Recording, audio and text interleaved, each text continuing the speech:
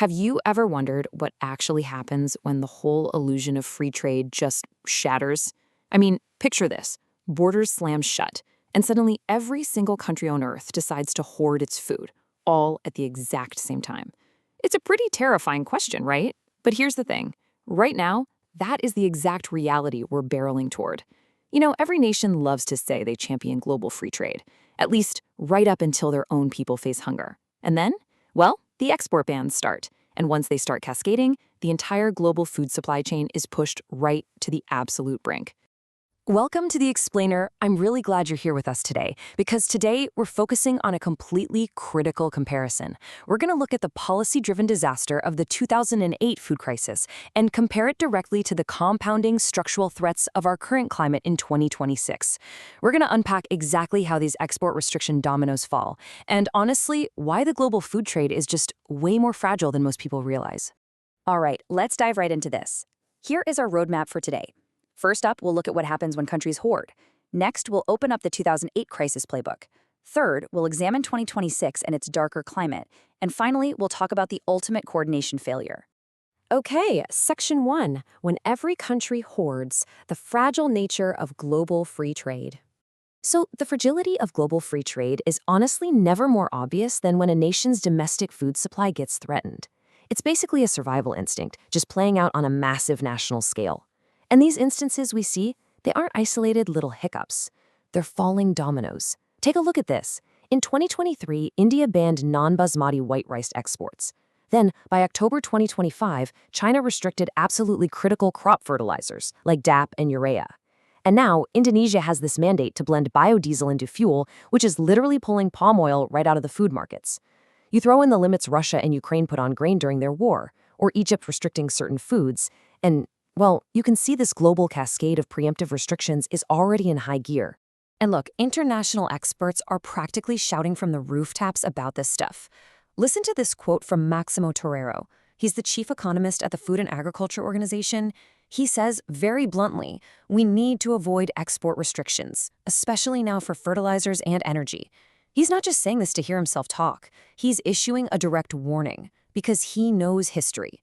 He sees this terrifying self-fulfilling prophecy forming, where one single country's fear triggers a massive global shortage. Moving on to Section 2, the 2008 Crisis Playbook, a haunting case study for agricultural economists. To really grasp what we're facing today, we've got to look back at our baseline, the event that literally haunts every agricultural economist out there. In 2007 and 2008, global food prices absolutely surged, and it started with this volatile mix of initial ingredients. We're talking high energy prices, severe droughts, a big spike in demand for biofuels, and intense commodity speculation. As prices started climbing, the countries that typically export food began to panic. They were terrified they wouldn't have enough to feed their own citizens. So let's walk through the actual mechanics of how this disaster unfolds. It's a vicious cycle. Step 1, a country enacts an export restriction. India restricts rice. Vietnam suspends rice. Argentina taxes soybeans. Russia limits wheat. Step 2, because all that supply is suddenly yanked from the global market, prices inevitably spike. Step 3, that higher price triggers panic and preemptive restrictions in other countries, which leads to Step 4, an even bigger price spike. It's just a relentless feedback loop. Restriction, price spike. More restrictions, bigger price spike. And the speed of this feedback loop, it was staggering. Because of this exact cycle in 2008, rice prices quadrupled. Let me just repeat that to let it sink in. They went up 4 times in just 6 months. Meanwhile, wheat prices tripled. This wasn't some gradual, annoying inflation. No, this was a sudden, incredibly violent shock to the entire global food system. But here's the crucial point, and it's the real-world human stakes. Because of those skyrocketing prices, over 30 countries experienced widespread food riots. Entire governments actually fell. People faced severe malnutrition, and tragically, a lot of people died. Now, eventually, prices rose so high that demand was destroyed, and a few good harvests finally replenished the supply. But the political instability and the human damage, that left a lasting scar. Keep those 30-plus riots in the back of your mind, because what we're facing in 2026 is poised to be significantly worse. Which brings us to Section 3, 2026, a darker climate and the structural escalation of a known threat. Now, what's really terrifying about this next part is that we have brand new variables on the board today. Compare these two realities for a second. In 2008, the crisis was driven by voluntary policy restrictions. The supply actually existed, ships could still physically sail, the ports are wide open, governments simply chose to hit the brakes and restrict exports. But now, look at 2026. We are facing an involuntary military closure. With the Strait of Hormuz physically closed off, Gulf fertilizer and energy literally cannot move, period. It doesn't matter what policy a government passes. The supply disruption here is structural, it's involuntary, and it's completely beyond any single government's control. And the real nightmare scenario here, we aren't just dealing with that physical choke point. In 2026, the voluntary policy dominoes are falling right on top of it. Think about it. China's export restrictions on DAP and urea fertilizers extend all the way through August 2026. Plus, there is massive, mounting political pressure on India right now regarding their upcoming Kharif season, which is their crucial autumn harvest. Sure, they haven't restricted food exports yet in 2026, but the precedent is already there. If yields disappoint, the pressure on them to ban exports is going to be absolutely immense. If India does pull that trigger and restricts rice, keep your eyes on these vulnerable global markets. The global rice market, which, by the way, feeds half the planet, will completely fragment into national silos, as Vietnam, Thailand, Myanmar, and Pakistan scramble to protect their own supplies.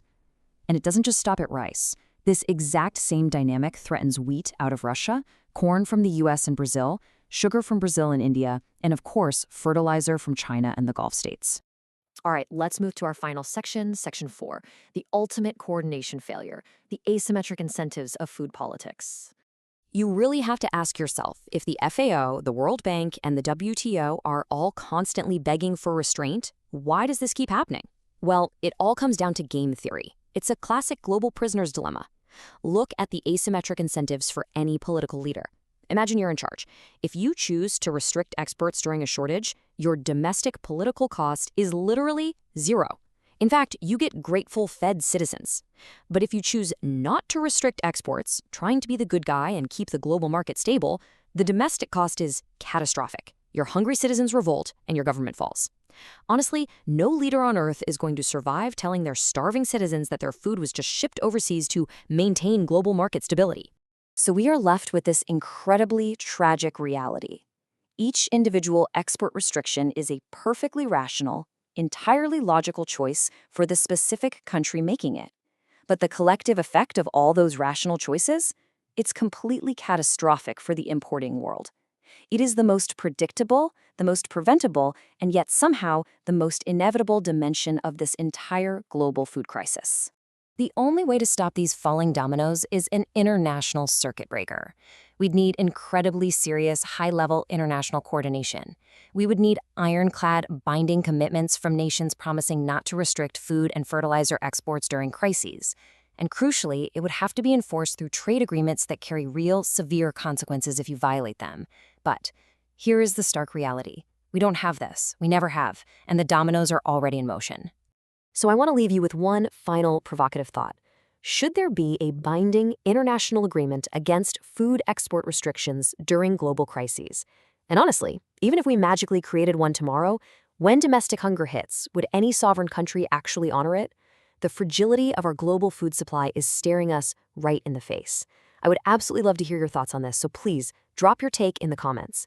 Thank you so much for joining me for this explainer. Make sure to subscribe, and I will see you next time as we continue to unpack these complex, critical global systems.